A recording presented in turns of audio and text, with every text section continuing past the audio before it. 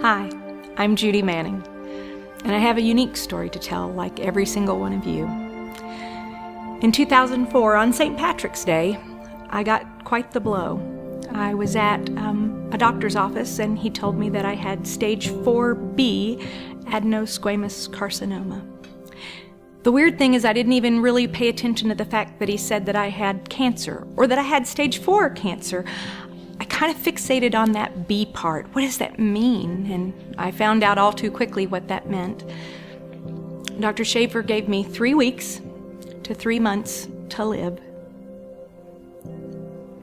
On the outside, he said maybe 6 months with aggressive treatment.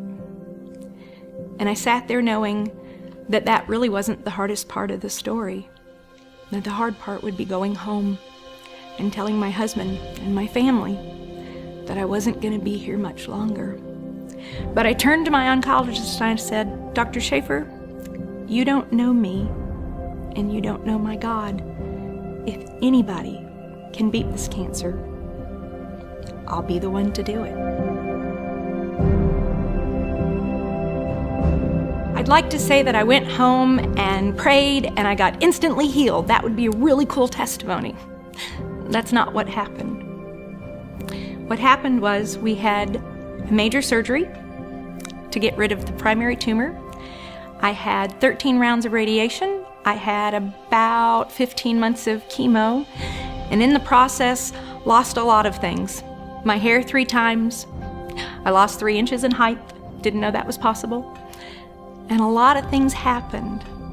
But the coolest thing that happened is one more time, I learned to walk by faith. Because I didn't know what was going to happen the next moment. I didn't know what was going to happen the next day. I certainly didn't know what was going to happen the next year. And I let God be in control. And quite frankly, life is a lot easier when I do that. And sometimes that's easy to forget. It's easy to forget that God is in control. Whether you let Him be in control or not is a choice. But He's still the mastermind, and He still knows what's best. And so for me, as I was fighting the cancer and I was working with my husband to get as healthy as I could, my goal was to be there. My goal was to be there for him. My goal was to get cancer-free. And that did eventually happen. But the hardest part was 1 year to the day later, on St. Patrick's Day of 2005, I got a phone call at my office that morning. My husband had died on a car wreck on his way to work. My high school sweetheart, loved for 25 years, was gone in an instant. You see, fighting cancer was easy. Losing my husband, still the hardest thing I've ever done. And that very night, as I sat there with one of my best friends going through things, this little song just kept nagging me. And it's a song that I hated from childhood. Some of you will recognize it. And it's that wonderful song of I've got the peace that passes understanding down in my heart. I hated that song. I never understood it. I thought it was really stupid, and I didn't really like the clapping. But that night, that song made all the sense in the world. I had a peace that passed all understanding. I still was dying of cancer, and my husband had just died. I didn't have hair, and I didn't look very good, but I was at peace. And I knew God was doing something really special in my life. I was lucky enough at that time to send out a Cancer Chronicles by email to people. And one of the reasons I wanted to do this today is to tell people my testimony, but to also thank those people who forwarded that Cancer Chronicles to thousands of people who prayed for me daily. I truly believe that the reason I'm still here is because of divine intervention. I think intercessory prayer was key in my treatment. It was key in keeping me lifted up. It would have been very easy to have given up, especially after Tommy died. About 3 weeks after he died, I got another blow of a different kind. I was going to chemo, and my oncologist and his nurse were acting very odd. And they asked me to not go to the chemo room, but to go to his office. And at that point, I just knew that they were going to give me the great news that I was finally going to die. And I knew that that would be so exciting because I knew that meant that I would be with Jesus and I would see my husband again. And for me, right then and there, that's what I wanted. Needless to say, they blew my mind. They marched 8 residents in to help teach them how to give news. And I'm thinking in my mind, they're about to give me bad news and they want these young doctors to know how to do that. They're going to tell me it's time, that my time is up. That's not what he said. The latest scan had come back and I was cancer-free. Now, for most people, you'd think that would be an exciting moment and that I would have been praising God and I would have been championing all of what had happened. But instead, I burst into tears and I said, but I don't want to live. I'm ready. You see, I've been ready to go to heaven since I was 4 years old. I'm real okay going to heaven. At that very moment, what I wasn't okay with was sticking around. And as they ushered out those young doctors who I've wondered for years, did any of them wonder what that crazy woman was thinking when she said, but I want to die? I sat there with the nurse and we cried together.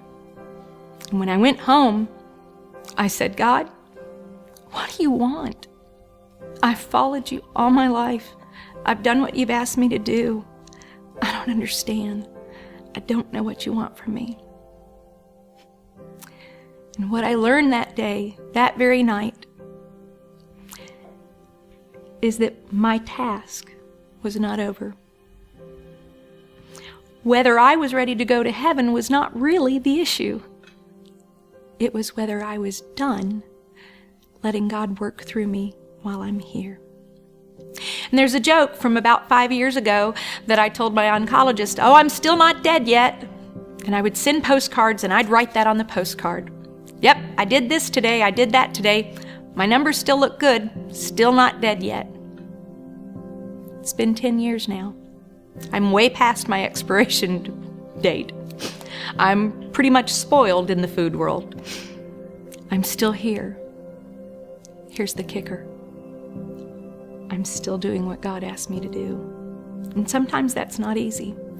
Sometimes I get upset. Sometimes I wish that I was still in heaven now. Sometimes I don't want to wait. But the voice of God has come loud and clear over and over again. Your work isn't done. I'm still not dead yet. And as long as I'm still not dead, I have work to do. For me, the reason I wanted to share this one was I wanted to thank all the people who've been there for me. You know, medical science is an awesome thing, but my God is even more awesome. And there is no doubt in my mind that divine intervention is what healed me. Medical science certainly helps. There are a lot of people who have cancer who don't make it. I can't tell you why your friend might not have made it. What I do know is that I'm still here because there's still work to be done. And quite frankly, the other reason that I wanted to do this is to tell you, you're still not dead yet either. If you're still here, God still has a purpose for you. It's up to you whether you choose to take that up. It's up to you whether you follow Him. But I'm going to tell you, it's the sweetest walk I've ever had. My life has not been all rosy and joy. I've had some really rough spots in my life. Not much different from most anybody who's going to see this. We've all had those moments where you think, why? Why me? Why did this happen? And what I've learned to say is not why, but how. How do you want me to use this, God? Not why, because my why really doesn't matter. It's how am I going to use this to your glory? What can I share today with somebody that helps them stand up and breathe a little sigh of relief and know you're not alone?